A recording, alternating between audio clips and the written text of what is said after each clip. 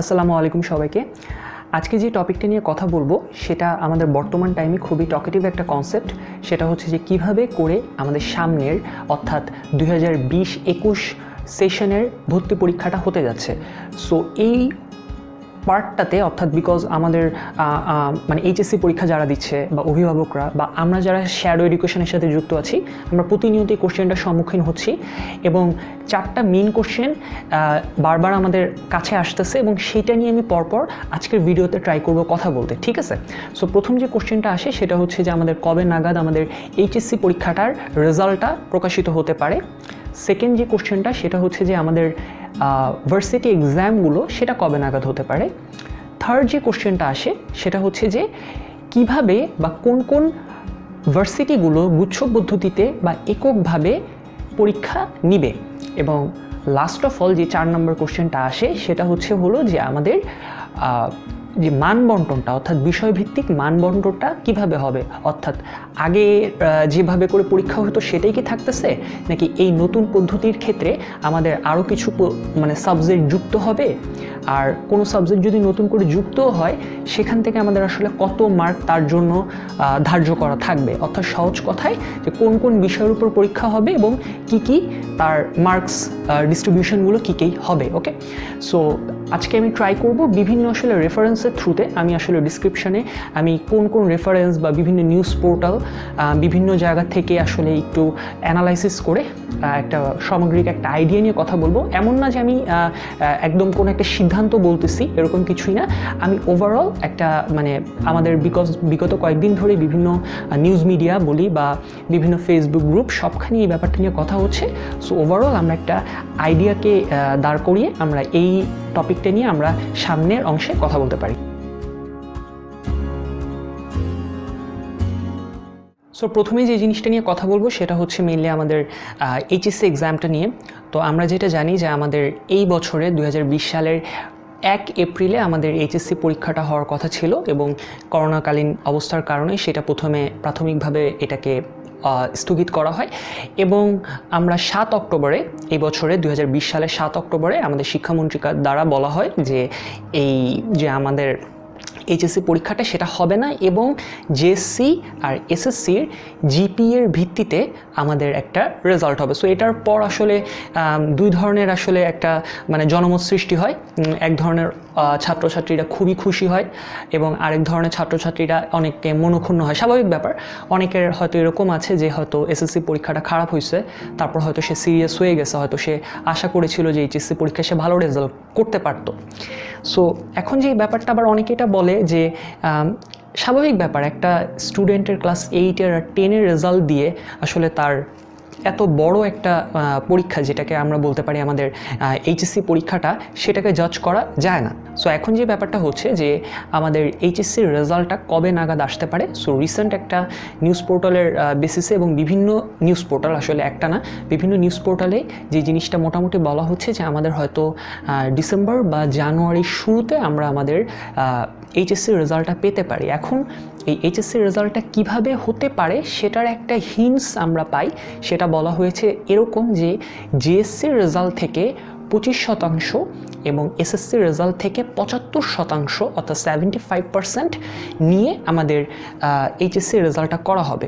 অর্থাৎ আমি একটা এক্সাম্পল এরকম বলতে পারি যে কেউ যদি জিএসসিতে 4.5 পায়, তাহলে তার যদি আমি 25% নেই সেটা দাঁড়াবে 1.125 এবং কেউ যদি 4.8 পায় এসএসসিতে, তাহলে তার যদি 75% নেই তাহলে সেটা দাঁড়াবে 3.6 মতো। সো সেই 3.6 আর 1.125কে অ্যাড করে ওভারঅল তার যে রেজাল্টটা দাঁড়ায় সেটা হতে পারে 4.7। এখন আমি আসলে এটাকে একটা এক্সাম্পল হিসাবে বলতেছি বিকজ এটা এখনও আসলে জানানো হয়নি যে জিপিএটার উপর পার্সেন্টেজ হবে নাকি তাদের মার্কসের উপর পার্সেন্টেজটা হবে। কারণ এমন হতেই পারে যে একটা ছেলে যে হয়তো 80 পেয়ে হয়তো 80 পেলেই তার যে গ্রেড, কেউ যদি 100 পায় কোনো একটা বিষয়, তার গ্রেড কিন্তু সেম থাকতেছে। সো বাট যে এই ব্যাপারটা এখনও খোলসা করা হয়নি বা আমরা জানি না যে আসলে কি টোটাল মার্কটা নিয়ে তার উপর 25% আর 75% করা হবে, নাকি আসলে জিপিএটার উপর করা হবে। সো এটা তো ক্লিয়ারলি বলা হয়নি, তো আমি জাস্ট একটা রাউন্ড ফিগারে আইডিয়া দিলাম যে এভাবে হতে পারে। বাট একটা জিনিস মোটামুটি শিওর, সেটা হচ্ছে যে অবভিয়াসলি এসএসসির যে মার্কস বা জিপিএ সেটা আসলে ওভারঅল রেজাল্টের মেইন ইম্প্যাক্টটা ফলো করবে, মানে ওই দেখা যাবে রেজাল্টটাকে লিড করবে। সো এখানে আসলে কারোর যদি এসএসসি পরীক্ষা খারাপ হয়ে থাকে তাহলে তার জন্য আসলে এটা একটা চিন্তার বিষয়, যে বিকজ এসএসসি থেকে একটা বড় পার্সেন্টেজকে ক্যারি করা হচ্ছে। সো এর পরবর্তীতে যে কোশ্চেনটা আসে সেটা হচ্ছে যে এক্সামটা তো আমরা মোটামুটি এটা বুঝতেই পেরেছি যে এটা আমাদের ফিজিক্যাল এক্সাম হচ্ছে, অর্থাৎ সশরীরে আমাদের কেন্দ্রে যে পরীক্ষা দিতে হচ্ছে। তো সেই পরীক্ষাটা আমাদের কবে নাগাদ হতে পারে, এখন এটা কোনো জায়গাতেই ওভাবে করে বলা হয় নাই। কয়েকটা জায়গাতে বা কয়েকটা নিউজ পোর্টালে এটা পাবলিশ করা হয়েছে এই কয়েকদিনের মধ্যে, গত 2-3 দিন ধরেই দেখতেছি, এবং কিছু গ্রুপগুলোতেও দেখতেছি ফেসবুকে। সেটা হচ্ছে যে মেডিকেলের যে ভর্তি পরীক্ষা, অর্থাৎ মেডিকেল আর ডেন্টালের ভর্তি পরীক্ষার একটা সম্ভাব্য ডেট 2 আর 5 তারিখ এরকম দেওয়া হচ্ছে, এবং তার সাথে সাথে একটা সরকারি একটা বিজ্ঞপ্তিও প্রকাশ করা হয়েছে। কিন্তু এইটাকে আসলে কোনো জায়গা থেকে আসলে এটা রিলায়েবল সোর্সে এটা মেবি বলা যাচ্ছে না, বিকজ আমি আমাদের স্বাস্থ্য শিক্ষা অধিদপ্তরের ওয়েবসাইটে যে এরকম কোনো কিছু দেখতে পাইনি যেখানে আসলে স্পেসিফিকভাবে লেখা আছে যে কবে নাগাদ আসলে মেডিকেলের এক্সামটা হতে পারে। বাট এখানে আবার দুইটা ব্যাপার আসলে কাজ করে, যে মেডিকেলের এক্সামটা আমাদের অন্যান্য সকল এক্সামের শুরুতে হয়, মানে বিগত বছরে সবসময় দেখা যায় যে মেডিকেলের এক্সামটা সবসময় প্রথমে হয়, এবং তার 1 সপ্তাহ বা 2 সপ্তাহ পর থেকে আসলে ঢাকা ভার্সিটি, এরপরে বুয়েট, এবং এরপর আস্তে আস্তে সকল বিশ্ববিদ্যালয়গুলো পরপর প্রতি সপ্তাহে গ্যাপে গ্যাপে পরীক্ষাগুলো নিতে থাকে। সো মেডিকেলের পরীক্ষার যদি একটা সম্ভাব্য ডেট আমরা জানি, তাহলে আমরা বলতে পারি সেখান থেকেই হয়তো 1 সপ্তাহ 2 সপ্তাহ পরে করে আমাদের অন্য পরীক্ষাগুলো হতে পারে, যেটা আসলে আমাদের বিগত বছর থেকে আমরা দেখে এসেছি, ঠিক আছে। তো যে জিনিসটা হচ্ছে যে এটা একদমই শিওর না যে মেডিকেলের এক্সামটা কি 5 তারিখে হচ্ছে নাকি 2 তারিখে হচ্ছে, কিন্তু আমরা এটা ধরে নিতে পারি যে হয়তো মার্চ মাসের শেষের থেকে এবং এপ্রিলের শুরু থেকে আমাদের বিভিন্ন জায়গাতে পরীক্ষাগুলো শুরু হতে পারে। সো আমি এটা ছাত্রদের উদ্দেশ্যে বলবো যে ওরা যাতে তোমরা এইটা মাথায় রেখে, অর্থাৎ মার্চের শেষের দিকে এবং এপ্রিলের শুরুতে আমাদের এক্সামটা হওয়ার সম্ভাবনা আছে, সেটা মাথায় রেখে তোমরা প্রিপারেশন নিতে পারো। সো টাইমটা কিন্তু আসলে খুব একটা বেশি না। আর অন্যান্য বিশ্ববিদ্যালয়গুলো, অর্থাৎ সেটাকে আমি প্রকৌশল বিশ্ববিদ্যালয় বলি বা আমাদের ঢাকা ইউনিভার্সিটি, জাহাঙ্গীরনগর ইউনিভার্সিটি, তারা পরীক্ষাটা কবে হতে পারে সেটার আসলে কোনো স্পেসিফিক ডেট দেওয়া হয়নি। কারণ এই সকল ডেট, এটা এত বড় বড় ইউনিভার্সিটিগুলোর ডেট দিলে সেগুলো আসলে টিভিতে ব্রেকিং নিউজ বা সবার মাধ্যমে আসলে জেনে যাওয়া যাবে। এমন হবে না যে সেটা আসলে গুজবে ছড়াবে, যে কোনো একটা ছোটোখাটো ফেসবুক পেজ বা কোনো একটা ছোটোখাটো নিউজ পোর্টাল সেটাকে পাবলিশ করবে না। এটা আসলে আমাদের টিভিতে ব্রেকিং নিউজের মাধ্যমেই জানানো যাবে। সো এরকম কোনো স্পেসিফিক ডেট বলা হয়নি, সো এটা নিয়ে বিভ্রান্ত হওয়ারও কোনো দরকার নেই। এরপর আরেকটা কোশ্চেন যেটা বারবার আমাদের সামনে আসতেছে, সেটা হচ্ছে যে কোন বিশ্ববিদ্যালয়গুলো গুচ্ছ পদ্ধতিতে বা কারা একক পদ্ধতিতে বা এককভাবে তাদের ক্যাম্পাসে পরীক্ষা নিতে চাচ্ছে। সো এই ব্যাপার নিয়ে আসলে অনেক ধরনের কথা আছে, অনেকগুলো কথা আছে। সো আমি এক এক করে বলি। সেটা হচ্ছে প্রথমত যে আমাদের বিশ্ববিদ্যালয়গুলোকে আমরা 4টা শ্রেণীতে ভাগ করতে পারি। তো যেখানে হচ্ছে একটা শ্রেণীতে আমরা বলতে পারি যেগুলোতে আমাদের প্রকৌশল বিশ্ববিদ্যালয়গুলো, অর্থাৎ বুয়েট, কুয়েট, চুয়েট, টুয়েট এরা পড়তেছে।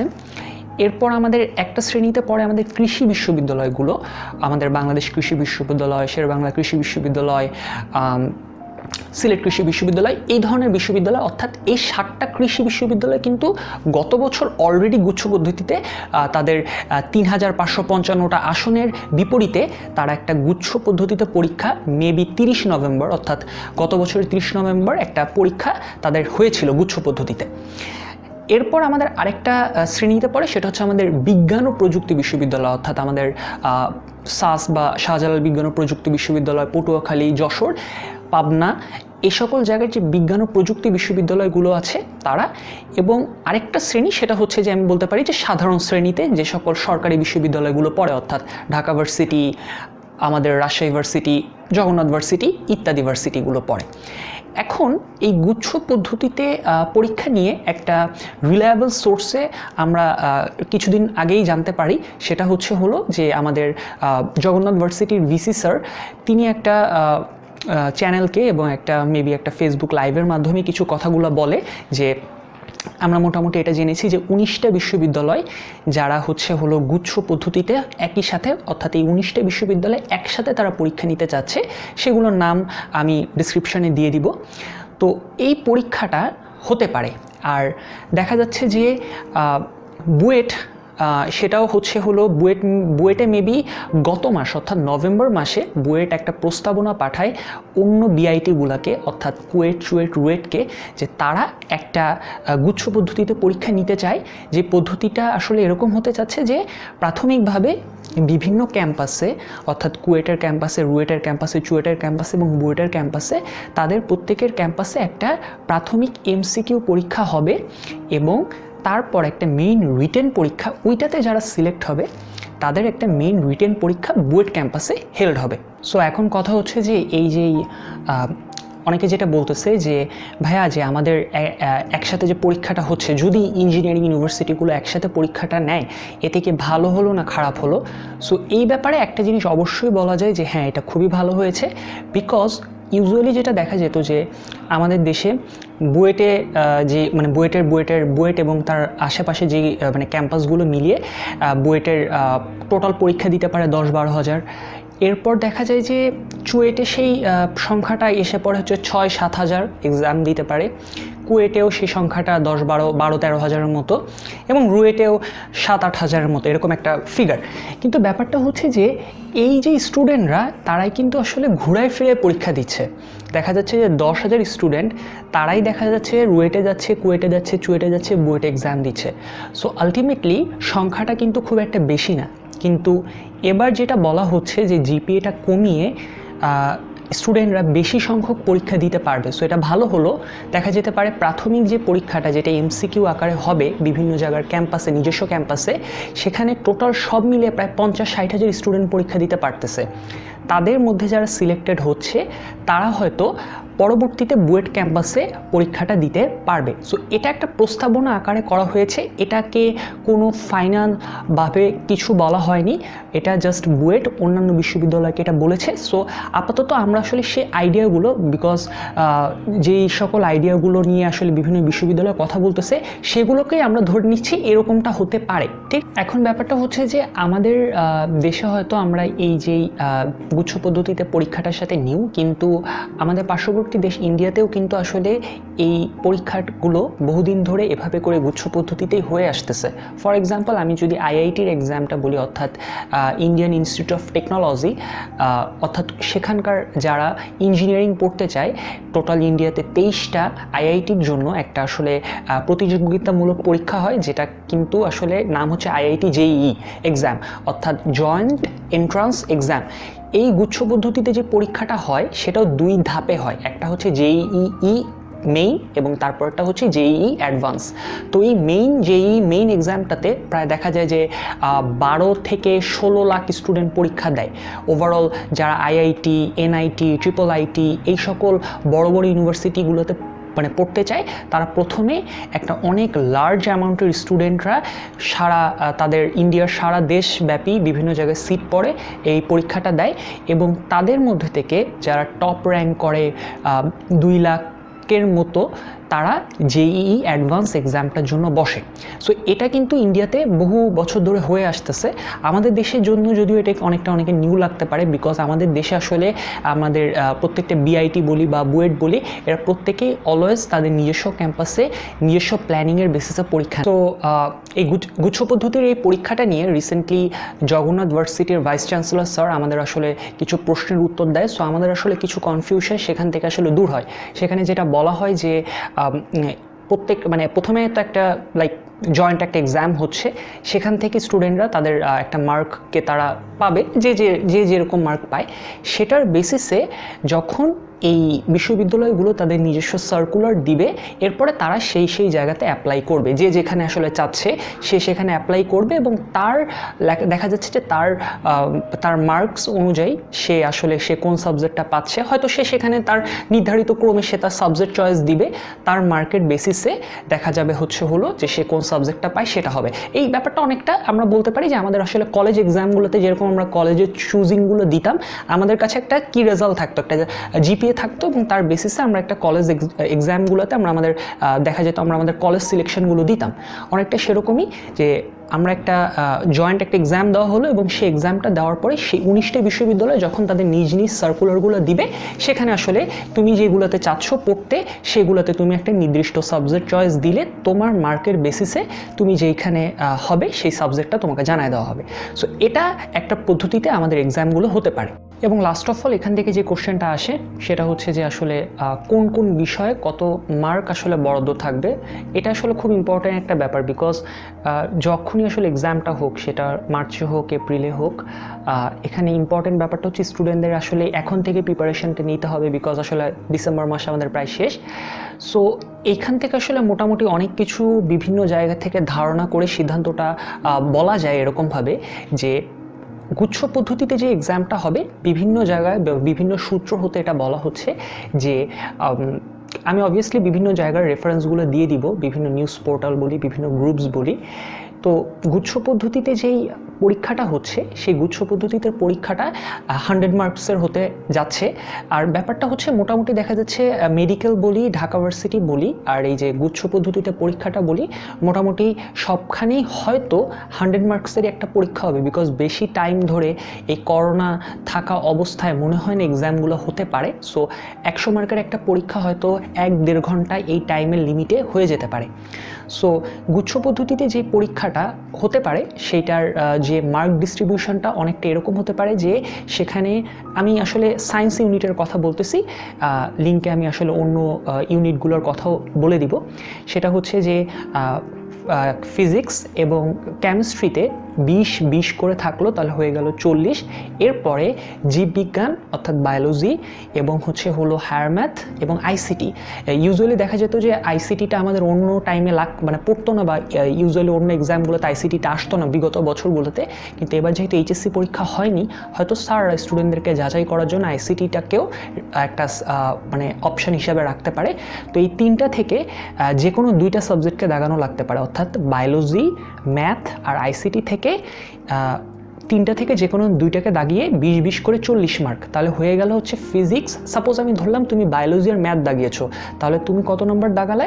তুমি কেমিস্ট্রি, ফিজিক্স, বায়োলজি, ম্যাথ, তাহলে তোমার 80 নাম্বার হয়ে গেল, 20টা করে এমসিকিউ, এবং বাংলার ইংলিশ থেকে 10টা করে।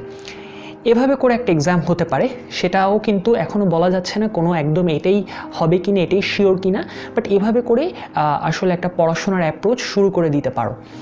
এরপর যে জিনিসটা হলো যে আমাদের মেডিকেলের পরীক্ষা আসলে দীর্ঘদিন ধরেই একটা 100 মার্কের পরীক্ষা হয়ে আসে। সেখানে আসলে বায়োলজিতে 30 মার্ক, কেমিস্ট্রিতে 25, তারপরে ফিজিক্সে 20, দেন ইংলিশে 15 এবং জেনারেল নলেজে 10 মার্ক। সো ওভারঅল একটা 100 মার্কের পরীক্ষা দীর্ঘদিন ধরে হয়ে আসে, হয়তো এভাবেই হতে পারে। সো আর যদি চেঞ্জ হয় অবভিয়াসলি সেটা জানিয়ে দেওয়া হবে। আর এরপর যেটা হয় যে ঢাকা ভার্সিটি, তো ঢাকা ভার্সিটিতে তো আগে যেটা হতো যে একটা 200 মার্কের পরীক্ষা হইতো, সেই 200 মার্কের পরীক্ষার মধ্যে 80 মার্ক থাকতো আসলে আমাদের এইচএসসি এবং এসএসসি থেকে নেওয়া হইতো। এখন যেটা স্যাররা করে মোটামুটি 100 মার্কের একটা পরীক্ষা নিবে, সে 100 মার্কের পরীক্ষার মধ্যে বলা হচ্ছে যে 20 মার্কটা হবে এইচএসসি জিপিএ, বিকজ স্যাররা এখন সেখানে একটা খুব বেশি মার্ক রাখতে চাচ্ছে না, কারণ এবার যেহেতু এইচএসসি পরীক্ষাটা হয়নি, সো যেহেতু জিএসসি আর এসএসসি পরীক্ষার বেসিসে এইচএসসির রেজাল্টটা হবে, সো সেখানে আসলে তেমন একটা বড় মার্ক থাকবে না। সো তোমরা অনেকে যারা ভাবো যে ভাইয়া আমার তো অনেক ক্ষতি হয়ে যাবে, সেটা আসলে তেমন একটা হবে না, বিকজ স্যাররা ওই ব্যাপারটা বুঝে। সো স্যাররা সেখানে একটা খুব লার্জ অ্যামাউন্টের নাম্বার রাখবে না যাতে তোমার কোনো প্রবলেম হোক। তো এরপরে বাকি থাকে হলো 80 নাম্বার। এটা আমি বারবার বলতেছি যে এটা আপাতত বিভিন্ন জায়গাতে ধারণা করা হচ্ছে এভাবে হতে পারে এক্সামটা। সো ঢাকা ভার্সিটি বিগত বছরেই একটা রিটেন এক্সাম নিয়েছে, রিটেন এবং এমসিকিউ, অর্থাৎ 75 মার্কের এমসিকিউ এবং 45 মার্কের রিটেন, এই থ্রুতে এক্সামটা নেয়। সো এবার যেটা বলা হচ্ছে যে হয়তো 40 আর 40 অর্থাৎ 40 মার্ক লিখিত এবং 40 মার্কের এমসিকিউ এভাবে করে এক্সামটা হবে। এখন বাকি থাকে প্রকৌশল বিশ্ববিদ্যালয়। এখন প্রকৌশল বিশ্ববিদ্যালয় আসলে বুয়েট এবং দেখা যাচ্ছে হচ্ছে চুয়েট, তারা আসলে অলওয়েজ একটা রিটেন পরীক্ষা নেয়, একটা বড় একটা রিটেন পরীক্ষা থাকে, সেখানে ফিজিক্স, কেমিস্ট্রি, ম্যাথ এই 3টা সাবজেক্ট থাকে, এদের উপর একটা এক্সাম নেয়। আর কুয়েটে এমসিকিউ একটা পরীক্ষা থাকে, সেখানে ক্যালকুলেটর ইউজ করা যায়। প্রত্যেকটা প্রকৌশল বিশ্ববিদ্যালয়ে ক্যালকুলেটর ইউজ করে এক্সাম দেওয়া যায়। অন্যদিকে যেটা বলবো যে গুচ্ছ পদ্ধতিতে যে এক্সামটা বলি বা ঢাকা ভার্সিটি যে এক্সামটা বলি, সেখানে তো অবভিয়াসলি ক্যালকুলেটর ইউজ করা যাবে না। আর প্রকৌশল বিশ্ববিদ্যালয়গুলো আসলে কোন পদ্ধতিতে পরীক্ষা নিবে, অর্থাৎ যদি সেটা তারা 2 দফাতে এক্সামটা নেয়, তাহলে এমসিকিউতে কোন কোন টপিক থাকবে এবং পরবর্তীতে রিটেন এক্সামে কোন কোন টপিকের মার্ক ডিস্ট্রিবিউশন কত হবে, সেটা আসলে এখনও ওভাবে খোলসা করে বলা হয়নি। বাট এটা ধারণাই করা হয় যে প্রকৌশল বিশ্ববিদ্যালয়ের পরীক্ষাগুলোতে অবভিয়াসলি ফিজিক্স, কেমিস্ট্রি, ম্যাথ এগুলো মেইন ফোকাসে থাকবে। অনুরূপভাবে মেডিকেলে যেটা হয়তো যে বায়োলজি, কেমিস্ট্রি এগুলো মেইন ফোকাসে থাকবে। আর যারা যারা বিশ্ববিদ্যালয়ে পরীক্ষা দিতে চাচ্ছে তাদের ক্ষেত্রেও এরকম ধরনের একটা মানবন্টন হতে পারে। অনুরূপভাবে দেখা যাচ্ছে মানবিক বিভাগ বলি বা বাণিজ্য বিভাগ বলি, সেখানেও আসলে তাদের ইম্পর্টেন্ট যে টপিকগুলো তার উপরে আসলে দেখা যাবে যে তাদের একটা মোটামুটি সরকার থেকে, অর্থাৎ আমাদের শিক্ষা বোর্ড বলি, ইউজিসি বলি, সেখান থেকে একটা মার্ক ডিস্ট্রিবিউশন করে দিবে। সো এই অনুযায়ী আশা করি যে তোমরা প্রিপারেশন অলরেডি নেওয়া শুরু করো। অনেকটা কনসেপ্ট আমাদের এখান থেকে ক্লিয়ার হয়, বাট আমি আসলে এখানে কোনো কিছুকে একদম স্পেসিফিকভাবে বলতে পারি না, বিকজ সব কিছুই আসলে আশেপাশে অনেক ধরনের রিউমার্স হচ্ছে, বিভিন্ন জায়গাতে এক একজন এক এক কথা বলতেছে। সরকারি সিদ্ধান্তগুলো যখনই এসে পড়বে, আমরা সেগুলোর উপরে আসলে মেইন ফোকাস রেখে বা বিশ্বাস রেখে কথা বলতে পারি।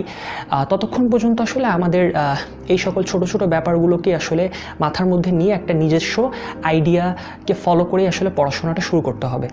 থ্যাংক ইউ সবাইকে ভিডিওটা দেখার জন্য।